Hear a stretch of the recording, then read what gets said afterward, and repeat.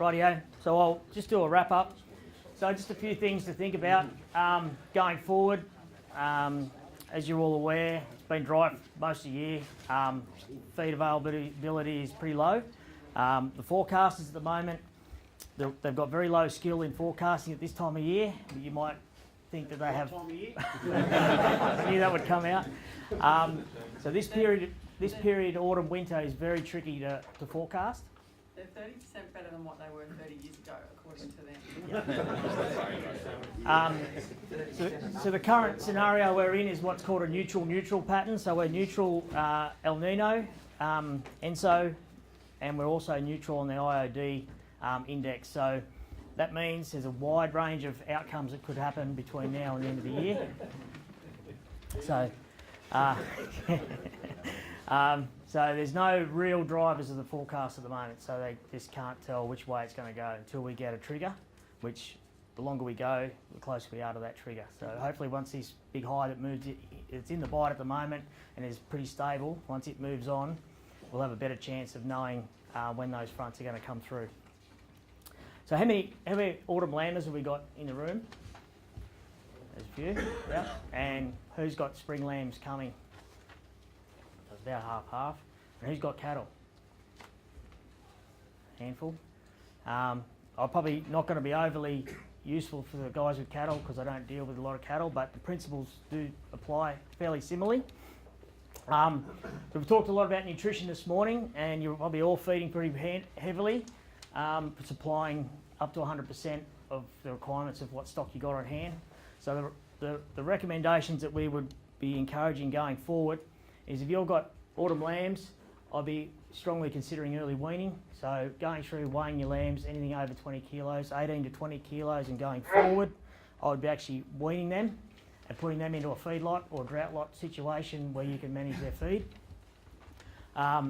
If you've got lambs that are under 20 kilos or they're struggling to get up to that weight, particularly, I'd be setting up a creep feeder. You all know what a creep feeder is, or creep gate setup, and that will just allow you to put a production ration out for your lambs and put your ewes back onto a maybe not so much a maintenance ration, but the ration that they require at lactation. And then once the lambs are getting closer to weaning, then you can back that feed back to a more maintenance type ration. That will mean that you'll have the opportunity shortly to cull and offload any of those ewes are surplus, or you're not required to take through till next year. Otherwise, you're going to end up feeding them right through till we actually get a break in the season and we get grass on the ground. I'll be looking at confinement feeding. So you drive around, we're seeing a lot of farms with stock on pastures, lucent country, native country, any sort of pasture. There's not much feed in the paddock. There might be a green bit of fluff here and there, but that's not much at all. So it's not real good for the sheep themselves. It's not really good for your pastures to have those stock wandering about. So you're best to bring them in, put them into a sacrifice paddock, a small paddock, a drought lot if you got one, and then be able to manage their feed. You'll end up with a saving of 10 to 15% on your feed costs because they're confined, they're not wandering around and wasting energy. Which at the moment is a significant saving, being that feed prices are heading north and even more so this week apparently. So you're looking at protecting your pastures and your country, but the other thing is your recovery. So if you look at your green fluff on the ground, a little bit of biomass or leaf area, by time your grass growth goes like that. If we put stock out onto a bit of green feed, a green pick, less than 400 grams of dry matter, so 400 kilograms per hectare dry matter. So that's basically a bowling green. It's very dense. So a lot of what we got is well back here at the moment. If we've got stock running around on that, what happens is your growth of your biomass or your leaf area just goes backwards very quickly, and you're not actually meeting the requirements of the stock anyway. If you wait to 700 kilos, which if you look around in the office drawer, or if you've done ProGraze, you might find a ruler that looks like that. So 700 kilos is basically 2 centimetres of depth of dense pasture. If you put them out onto 700 kilos, you'll end up with doing that, and you're still not meeting the requirements of those stock. If you can wait to 1,000 kilograms, which is basically 3 centimetres, and going forward 3 centimetres of dense pasture, you'll actually start meeting the requirements of the livestock, provided your stocking rates in check, and you'll still be able to maintain some growth going forward that way, rather than driving it back into the ground. So that's why confinement feeding is really important, to be able to get that growth on your pastures, because if you're in these two situations and we get limited rainfall to spring, you'll end up feeding right through till I don't know when. There'll be no end to it. Whereas if you at least give your pastures a bit of a chance, you might end up in that situation. You've got more chance of getting into that situation.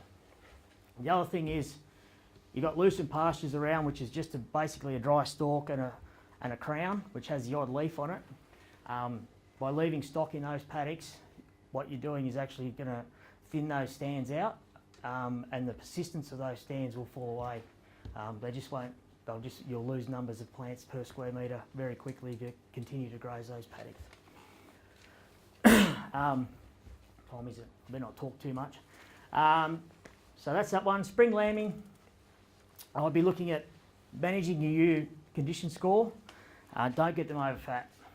So I had a talk to a guy at Narangba the other day who he had first cross ewes. Its condition score 4 to 4.5, and he said some of them were probably even right up the end of the scale, and he's having a lot of lambing difficulty, and he's losing a number of ewes because they're just too fat, and he can't supply enough energy because the fetus, or the numbers of fetus in the ewe are actually taking up too much space, and they can't get enough volume or intake, which Jim mentioned this morning.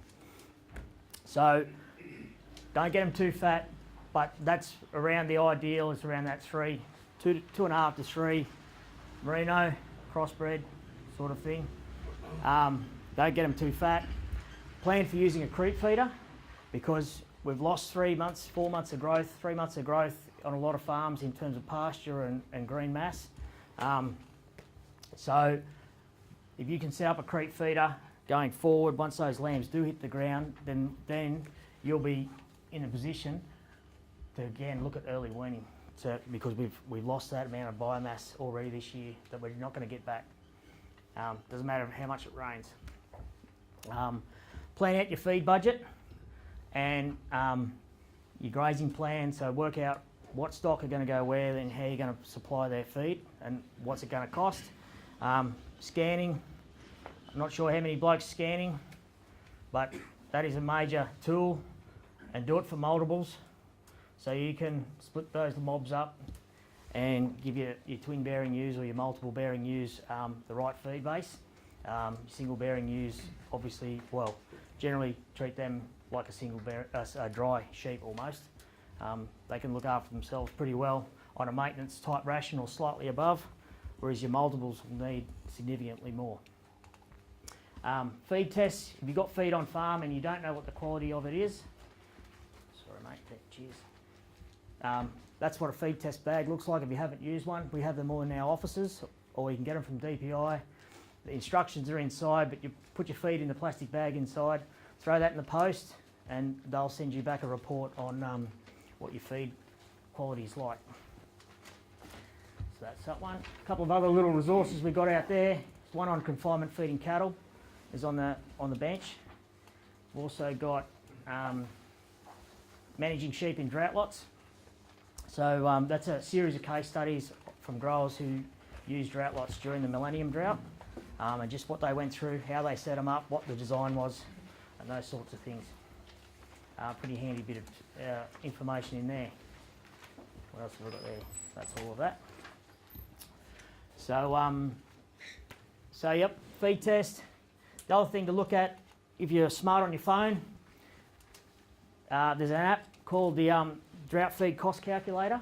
So you can actually download that app for free, go in there and have a look at, for each of your class of stock, and what feed you've got available and at what cost, how much feed you need to supply those animals for each particular class, what it's going to cost you, how many grams a day they require.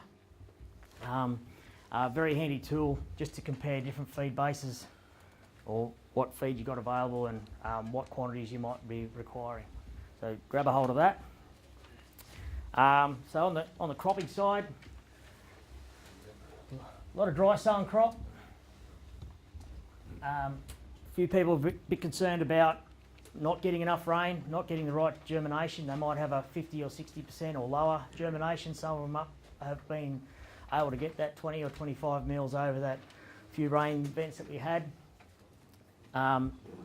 In general, your cereals, barley, wheat, oats are pretty resilient, and they'll hang around and they'll germinate on the next rain. And they're pretty solid. Like unless we go into a decile 1 spring that continues to be dry, we'll get something out of those paddocks.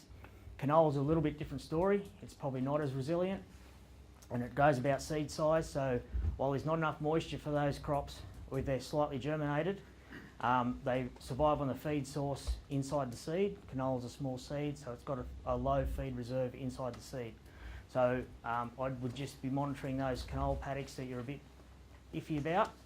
How long will that canola seed, if it's slightly germinated, how long will it survive for? It's highly variable based on how much moisture is around it or below it, because there will be some movement of moisture from deeper down. So if it's completely dry from top to bottom, the top 40 centimetres, and we don't get rain for another 3 or 4 weeks, you're going to have some losses, I would expect. Hopefully it rains next week and we won't have to worry about it. So some of the options there, people might be thinking about re-sowing. I'd be weighing up my options. So you might be better to ride it out, see what comes up down the track and make an assessment a little bit later, and then fallow it out if the numbers aren't good enough. What else have we got here? You might be looking at re-sowing to barley or something else, but you've got to look at your plant backs. So if you've got things like propizamide, atrazine, so I'm starting to write like a doctor. Propizamide, atrazine, some of those pre-Ms that are down already, you probably haven't had a lot of degradation on those products. So you're really, really careful about what you put back in that paddock. Another option might be to go to a forage brassica for spring feed and get that down early, and simply drilling it straight into that paddock as it sits. If you're not happy with this plant stand and you think the yield potential has just gone way out the window. So just weigh up your options. Re-sowing to canola in early June, unless you're confident you're going to get plenty of rain through the springtime, your yield potential is going to be well down, I would expect. Just talking about yield potential, there's an app called Yield Profit Lite. So a number of you would have heard about Yield Profit. It's a tool you can use to estimate yield potential. So I did a quick run on Narrandera the other day, from now to the end of the year, with the moisture they've had available from the first half of the year, and they still had a yield potential for wheat, theoretically, of 2 to 2.5 tonnes, given a median median rainfall for the rest of the year. Barley was a little bit better at 3 tonnes. And if we come back in 3 or 4 weeks' time and did that again with no rainfall, that's only going one way, and it's all going south. So it's probably handy to have a look at that and work out the input costs you're prepared to put in for the rest of the year. So match your nitrogen use to what your yield potential is going to be going forward. You're trying to set it up for, a happy 4 tonnes when it's only going to do 1.5 because we just haven't had the rainfall. So just manage those costs going forward. Insects, So, red-legged earth mite, bryobia mite, can't spell, sorry. Aphids.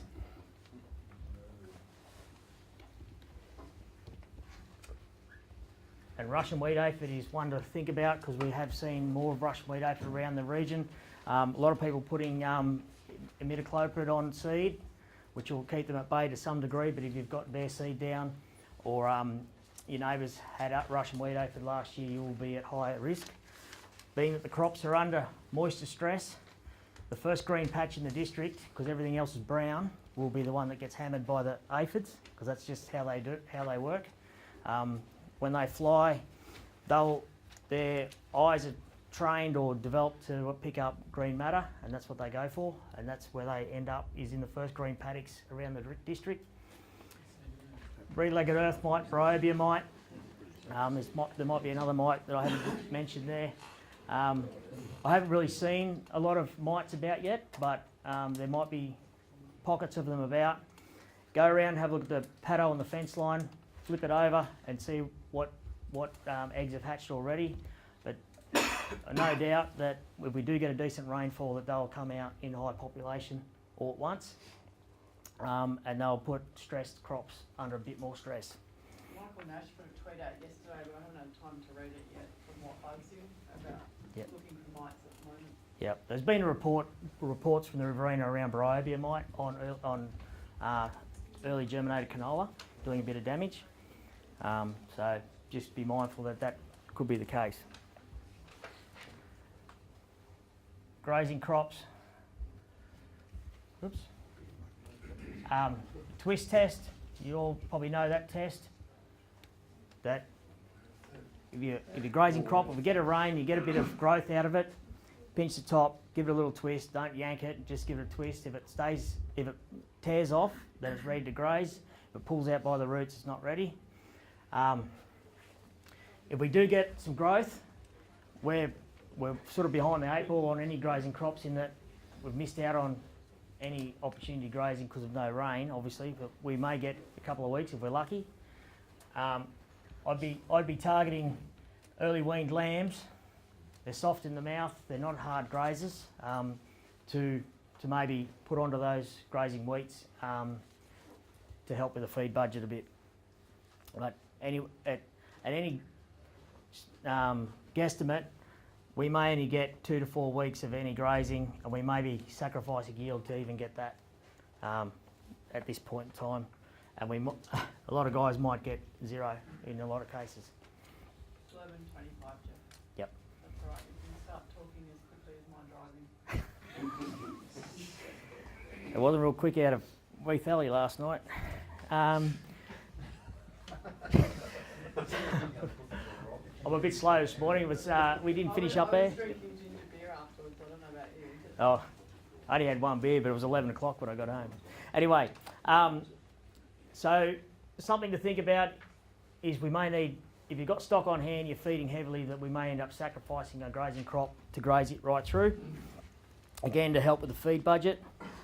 Your lock-up dates, I usually work somewhere around the first 10 days of August. This might be a year where we stretch that out a bit, sacrifice a little bit of yield, but help with the feed budget. But that'll be a case of when the rain comes, we'll make that decision. And that's probably nearly it for me. That's pretty quick.